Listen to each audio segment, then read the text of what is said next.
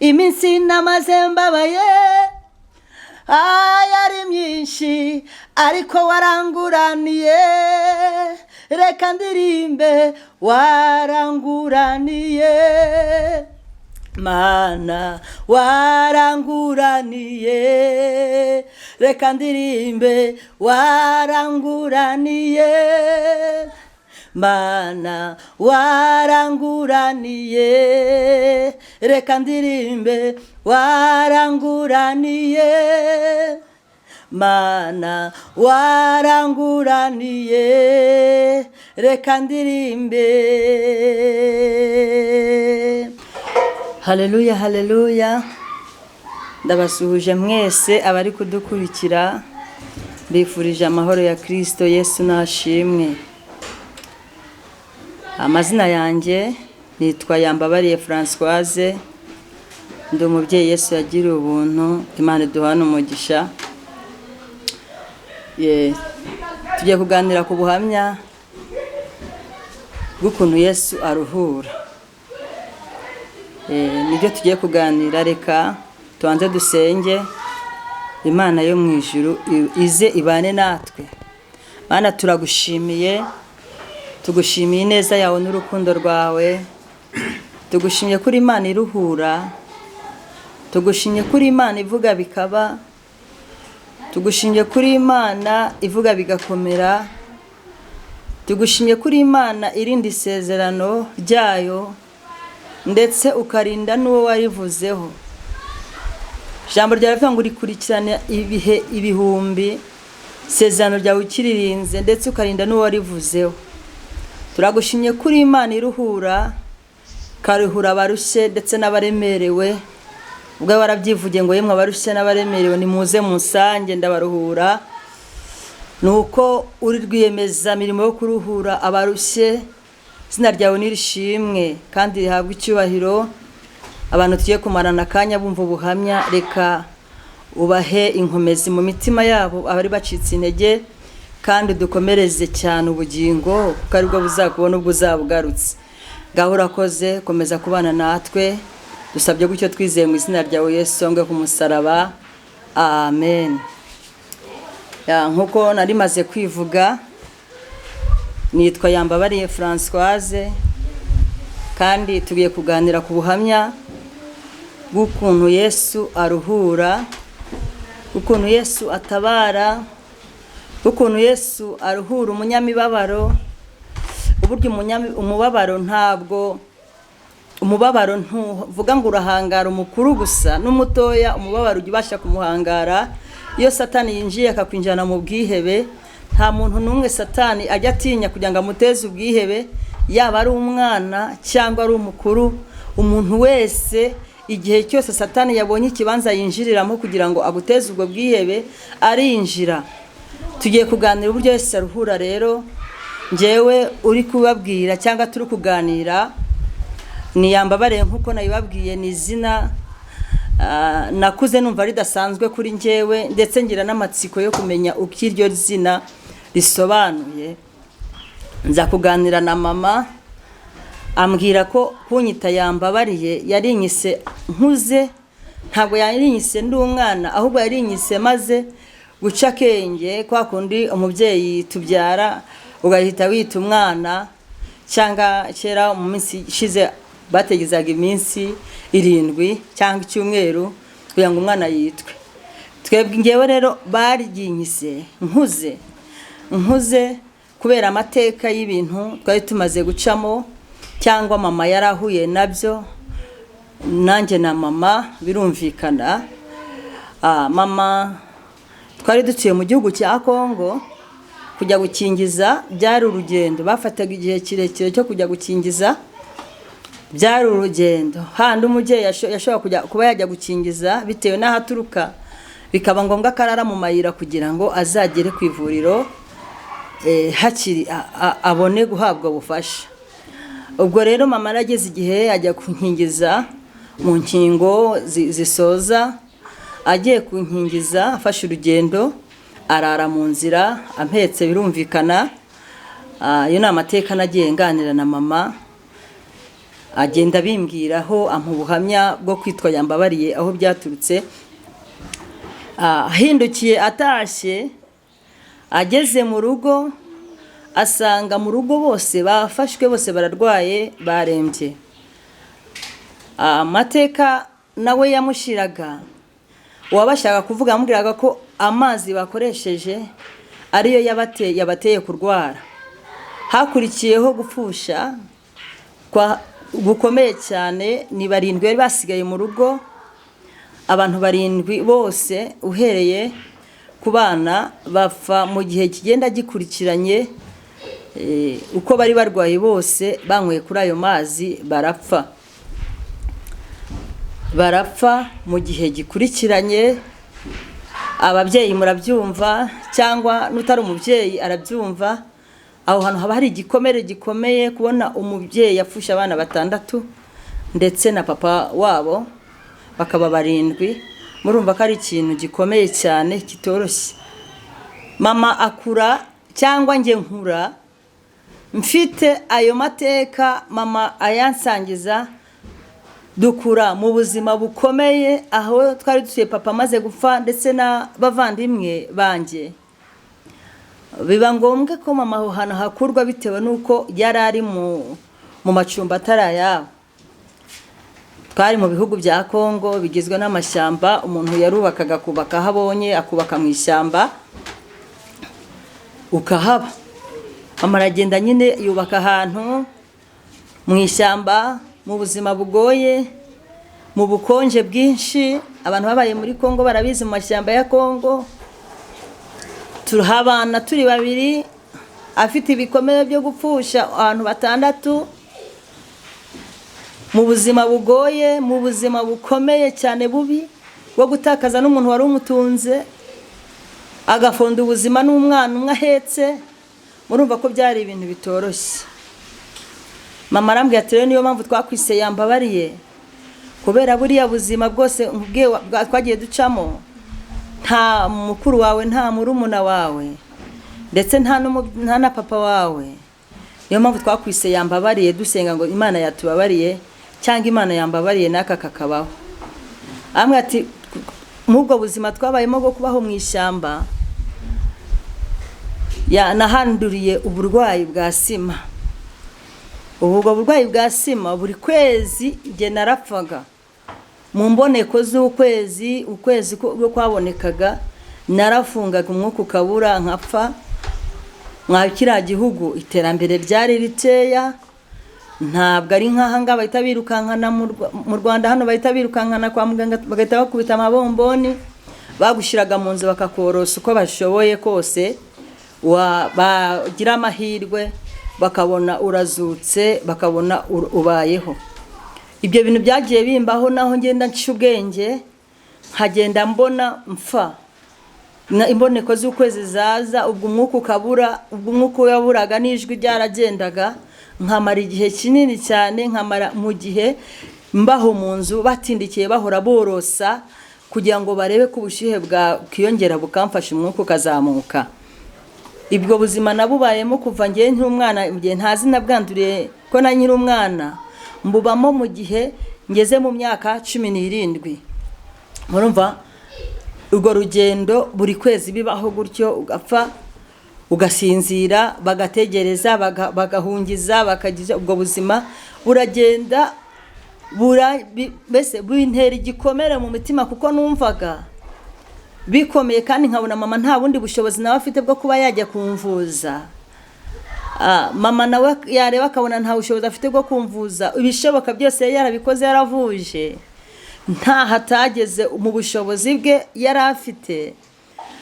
Ariko Imana irandinda sinapfa. Hagati y'icyo gihe narapfaga, ariko n'undi nkazuka, nkahwera nkongera nkazuka, nkahwera nkongera nkahembuka. Rimwe na rimwe nkajya nko ku rusengero, maze kuko nakuze mama antoza kujya mu nzu y'Imana. Mubwo yari afite ubuzima bukakaye gutyo, ariko yantoje ngewe ashaka ko ninjira mu nzu y'Imana, bitewe nuko yabonaga ndwaye, kandi akabona n'ibikomere by'ubuzima twagiye tubamo ari ibintu bishaka kwangiza umwana ku buryo abikihebe. Mama agenda ntoza kwinjira mu nzu y'Imana, agenda ntoza kuba mu nzu y'Imana, muri ubwo burwayi hari igihe nafatwaga nko ku rusengero, umwuka nkumva wose uramanutse ukamanuka, numva simbe nahumeka, umwuka simpumeke. Ubwo bakaza bakanjyana mu rugo bakorosa kugira bagategereza Imana igihe izongera ikangaruramo guhumeka. Haleluya, ndashimira Imana yandinze muri ayo mateka y'icyo gihe, sinyapfiremo. Mama nubwo yarakomerewe gutyo, yabonaga ukuntu ndwaye kandi ari njye njyenyine yasigaranye, njye nyine uhari. Akabona byamuteye nawe igikomere gikomeye cyane. Ntabwo nsubiye inyuma gatoya, mama we yaje kugeza igihe mama nyine arashaka, ariko ashaka icyo gikomere nyifite cyo kurwara, cyo guhumeka. Nkarwara ukwezi kumwe nkaba ndasutse, nkongera nkapfa nkazuka, bakambika. Hari igihe mama ajya ati twarakubitse, arye bakubitse umaze igiye kubita icyumweru, byeze umwuka warashize, bakora ku mutsi ngo bakumva urahumeka, ariko ubona byararangiye. Burya abantu bararaga bataramye barindiriye ko birangira, ariko Imana yagiye indinda muri ubwo buzima bwose. Imana ikansigira amakuka kayo abantu batarebaga, n'uyu munsi nkaba nkiriho. Ndashima Imana, ndashimira mama wagiye untoza kwinjira mu nzu y'Imana, kuko amateka y'ubuzima twabayemo na mama yabayemo n'amateka yadusangaga yo gupfusha bikomeye cyane. Wabonaga nta masenge, nta marume, ntawe na mama yabwira, bitewe nuko igihugu yararimo muri Kongo, umuryango wose warasigaye mu Rwanda, nawe nta muryango afite n'umwe ushobora kumufasha. Ariko yaramaze gushaka umugabo, nabura akajya agira umuntu aganira nawe, ukabona uko umutima ukeye. Ariko njyewe nkumana igikomere cy'uburwayi twakuye muri ya mateka mabi yo kuba mu ishyamba rya Sima, nanduye kandi izifite imbaraga. Iba ari indwara ubonaga yazaga ishaka kunyica, ko yarazaga nkumva iranize. Igihe cyazagera nkumva Imana yo mwijira dohoye, nkumva ndahumetse. Turashimira Yesu, ujye urinda umuntu no mu bihe bikomeye, ikabana nawe no mu gihe abantu babona ko byarangiye wapfuye. Imana yo mwijuru igakinga amaboko, ikagusigaraho, ikakurinda. Njya nibuka ndimaze guca ubwenge, hari igihe abantu baje mu rugo bakajya barara baririmba, bagashya baririmba, bakirirwa baririmba, mbumva ariko ntabasha kubasubiza bitewe n'uburwayi nari mfite. Nabaga nagiye muri koma, ariko bo batabizi kuko hari mu biturage bya kure, bo bakajya bagira ngo ni indwara ya Sima, ariko uyu munsi menya ari byo bita muri koma. Nagwaga muri koma nkamara igihe kinini cyane numva abantu bavuga, ariko njye ntavuga, ndetse nta kintu na kimwe nshibasha gukora. Ariko njye najyaga mbumva, nkumva basenga, nkumva barira, nkumva baboroga, ariko njye ntabasha kuvuga ngo babyumve. Ndashimira Imana rero, abantu bagiye bavuga amagambo menshi. Burya iyo uryamye umaze guca ubwenge, ugenda wumva ibintu byinshi abantu bavuga, kandi uri kumva. Iyo umuntu ari muri koma, narumva numvaga abantu bavuga ngo iwe ntazabaho, kugira mama yasengaga avuga ngo Mana umbabariye, wambabarira, wampa uyu mwana akazabaho. Izina rirakura, nitwa Yambabariye kugeza n'uyu munsi wa none, akaba ari ryo zina ryanjye.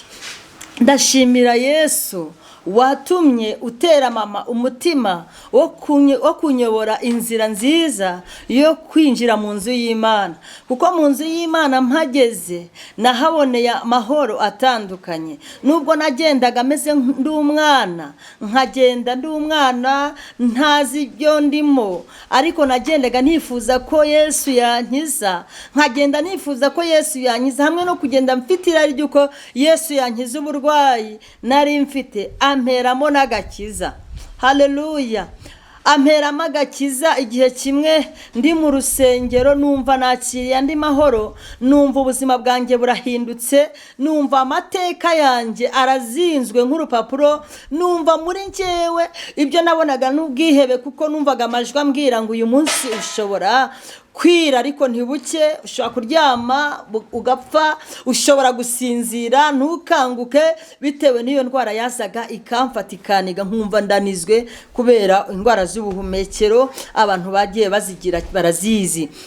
ni indwara igufata ukumva irakunize ntuvuge, rimwe na rimwe ukasinzira ukajya muri koma. Ariko turashimira Yesu wandinze muri ayo mateka. Uyu munsi wa none nkaba ndi mama w'abana. Imana ishimwe, haleluya. Ntabwo wabyiyumvisha uburyo umuntu umeze gutyo waba uyu munsi wa none mbasha kuvuga nkanasakuza. Najyaga mvuga ati wa mwuka wari waragiye he, kuko hari igihe nabayeho mu buzima bwo kutavuga. Navuga nkize nkabaho mu buzima buvuga baze gusa, nkaba ijwi ryanjye ritabasha kutongwa ngo rivuge n'umuntu uri hafi yanjye ngaryumva. Ariko nkakunda kuririmba, nkakunda kuba numva naba muri korari, kuba naba muri korari nabona baringi barima nkumva biranejeje, nkumva biranyuze ariko ntabizi. Ariko hamwe no kuba mu nzu y'Imana abantu barankunda, korari bakajya banyiyegereza kubera ko nabikundaga, ngenda bimenyera. Yesu ampa agakiza kadasanzwe, ambatiza mu mwuka wera, nakira amahoro, numva nakira ibyishimo, nakira kubabarira ko numvaga abantu ari babi, nkumva abantu banteye kuba muri ubwo buzima bwandura n'uburwayi bubi bwa sima ari abantu baroze umuryango w'iwacu. Numva icyo gikomere gikomeye muri njyewe, numva mfite urwango, numva nta muntu nkunda, numva abantu bose ari babi, nkumva baranyifuriza gupfa. Nubwo nari narasigaye nkavuga ati abishe barumuna bakuru banje nanjye bashaka kunyongeza, niyo mpamvu batumye nandura ubu burwayi. Ndashimira Yesu rero wankuye aho hantu, numva nakiye kubabarira mu mutima. Imana yo mu ijuru, mama umuryango yashatsemo, numva ndawukunze. Ubundi nabaye numva ntishimye, numva ari bibi, ariko Imana impa ibyishimo byo kuba muri uwo muryango. Numva ndawukunze, abana bahavutse numva ni basaza banjye. N'uyu munsi wa none abo bana mama yabyaye nibo mba numva ari basaza banjye, nibo basaza banjye, turakundana cyane. Ariko ibyo byose nabitewe nuko nakiriye Yesu. Yesu akinjira muri njyewe, akagira ibintu ahindura, akagira ibintu asikamira, kuko numvaga nta muntu n'umwe wangirira neza ubaho, kuko nabonaga urupfu ariko nabonaga urupfu ariko ruri imbere yanjye. Ariko Yesu angeze aravuga ngo mbaho. Yesu amaze kumbatiza mwuka wera, ankiza ubwo burwayi bwa sima. Uburwayi bari baravuje mu buzima bwanjye bwose. Ndi umwana, menya ubwenge, nkura ubwo burwayi mbufite, ngera mu myaka 17 mbufite ubwo burwayi mburwaye. Imana inkorera igitangaza. Umunsi umwe abantu bari barasenze bararushye, abantu bari bararaye amajoro bandaraho, byaranze. Abaganga bari baramvuye, baragerageje ibishoboka, abavura ibinyarwanda bari baravuye, byaranze. Urumva ko abantu ntako batari baragize mu bishoboka. Mama yahoraga nyirukankana ahantu hose kugira ngo arebe ko nakira ubwo burwayi. Ariko turashimira Yesu. Yesu amaze kunyiyereka, anyinjiyemo ampindura mushya, ndetse ankiza n'uburwayi. Ankiza ubwo burwayi bwa sima, abunkiza ndi mu giterane i Nyamugari, ni hahoze ari muri paruwasi ya Remera. Abantu twabyirukanye bo barabizi ayo mateka yo guhora nsaraye, ayo mateka yo guhora mfa buri kwezi, bo barayazi. Twari twaraje mu Rwanda, ni hano Kibungo, twarageze mu Rwanda. Nubwo twari twize mu Rwanda wenda ari igihugu kirimo ubushyuhe, ariko nubundi ayo mateka yo gupfa niyasibaga yarazaga. Ariko Imana, Yesu amaze kungeramo, amaze guhindura byose muri nge bishya, aravuga ati n'uburwayi ndagukiza, maze ubone uko nkorera ubohotse, ubone uko ujya kuririmba. Imana inkiza uburwayi bwa sima. Ari mu masaha y'umugoroba, twari mu giterane gisanzwe muri konseri, umwigisha ijambo ry'Imana aravuga ngo hano hari umwana umaze igihe kinini cyane ubabaye muri iyi korari, niba arimo nahaguruke tumusengere. Biba nari nagiye mu gikoni, ahantu batekaga bari gutekera abashyitsi, bari gusoza igiterane, cyari igiterane cy'iminsi 3. ariho narinda avuga ati mumunzanira. Abantu barahaguruka, mu barwayi nyine bahaguruka ngo basengerwa. Ariko aravuga ati saba ngaba munshakire umuntu uba muri iyi korari korari abaririmbyi bari banzi barirukanka baranshakisha bamvana mu gikoni baranzana ahantu igitanda cyari kiri kubera uhakimbona aravuga ngo guhera uyu munsi wa none Imana igukijije indwara yari ikomeye ku buzima bwawe. Abantu bahimana icyubahiro, abantu barishima, abantu baranezerwa.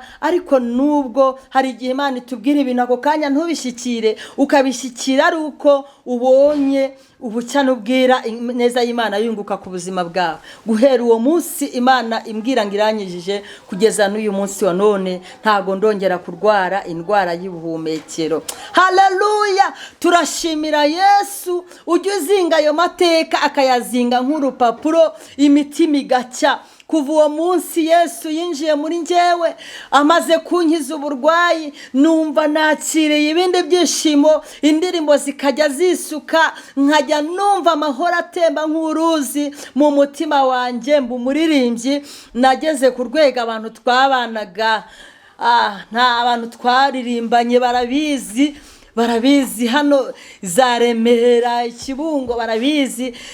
Imana imaze kunkiza yashyize ibintu muri njye bidasanzwe, yafunguye ibihaha byanjye bikora neza. Uwaririmbaga baze baramushyize mu bagabo, Imana inkorera igitangaza. Natumirwaga mu biterane bya paruwase kujya guhimbaza Imana, nkatumirwa mu biterane byateguye kugira ngo njye guhimbaza Imana. Haleluya! Turashimira Yesu ujya uzinga ayo mateka akayazinga nk'impapuro, ibyari umubabaro akabihindura ibyishimo, ibyari bimeze nk'imisozi akabihitura, ibyari bitugoye bitunanije Imana ikaduha amahoro menshi. Imana yampaye guseka, nabagaho mu buzima budaseka, mu buzima bubabaye, ariko Imana yampaye ibyishimo bidasanzwe. N'uyu munsi wa none njya numva nta kintu kibabaza umutima wanjye ku rwego nababara ntikibaho. Nshobora kumbabaza nkakubwira kumbabaje, ariko bikarangira. Ndashimira Yesu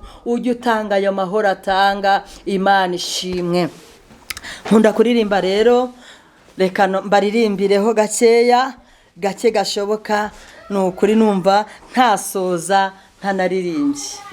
Mu gihe inzira zifunze cyangwa zifunguye, haba ku manywa cyangwa se ari nijoro, mu gihe igicu kibuditse umwijima ari mwinshi, muri byose mpabonera ukuboko kwawe. Uri umunyembaraga Mana, uri umunyembaraga, urashoboye. Uri umunyembaraga Mana, uri umunyembaraga, urashoboye. Wowe wimura imisozi itabimenye, ukavugana n'inyanja zikakumva.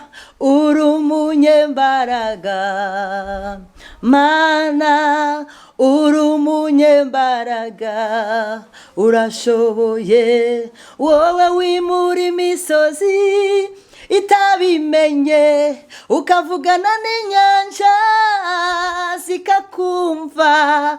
Uri umunyembaraga Mana, uri umunyembaraga, urashoboye. Uri umunyembaraga Mana, uri umunyembaraga, urashoboye.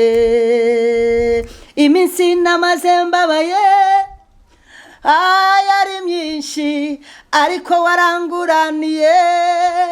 Reka ndirimbe waranguraniye Mana, waranguraniye.